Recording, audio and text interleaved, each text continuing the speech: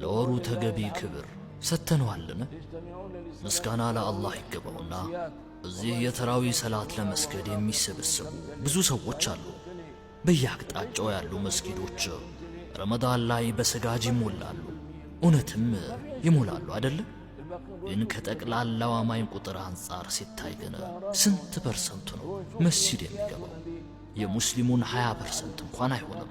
ሌሎች በምሽቱ ነግተው ቢያገኙም ግና በሆቴሎች አዳራሾች፣ በምሽት ድግሶች፣ የቴሌቪዥን ፕሮግራሞችን በመመልከትና በመሳሰለው ነገር ነው ጊዜያቸውን የሚያሳልፉት።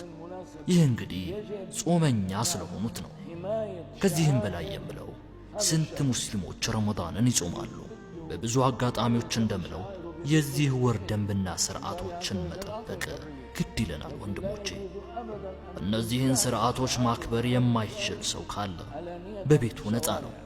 ያ አላህ ያኖረው ሕግ ነው። ነገር ግን በየመንገዱና በሕዝብ ፊት በይፋ የዚህን ቅዱስ ወር ውድ ሥርዓቶችን መጣስ አይፈቀድለትም።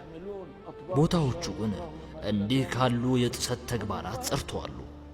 በሕዝብ ፊት ሻይና ቡና ከሚያቀርቡ አገልጋዮች ጸርተዋል። ጎዳናዎቻችን በሕዝብ ፊት ከሚበሉና ከሚጠጡ ሰዎች ጸርተዋል። ነገሩ እንዲህ ከሆነ የአላህን ቃል በሚገባ መረዳት አለብን። እሱም ከመከራም ማንኛውም ያገኛችሁ ነገር እጆቻችሁ በሰሩት ኃጢአት ምክንያት ነው፣ ከብዙም ይቅር ይላል ብሎናል። ይህንን የማነሳው በእኔም በእናንተም ልብ ውስጥ ተስፋ መቁረጥን ለመፍጠር አይደለም። የአላህ ምሕረት ከምንም በላይ የላቀ ነው። ለእርሱ ሕግም አለው፣ ርኅራኄም አለው። አላህ በዚህ ዓለም ውስጥ ድንጋጌዎች እንዳሉት ሁሉ ለባሮቹም ርኅራኄ አለው። እኛም ርኅራኄውን እንደግፋለን። እናም ውድ እዝነቱን ተስፋ እናደርጋለን፣ በእዝነቱም እንታገዛለን።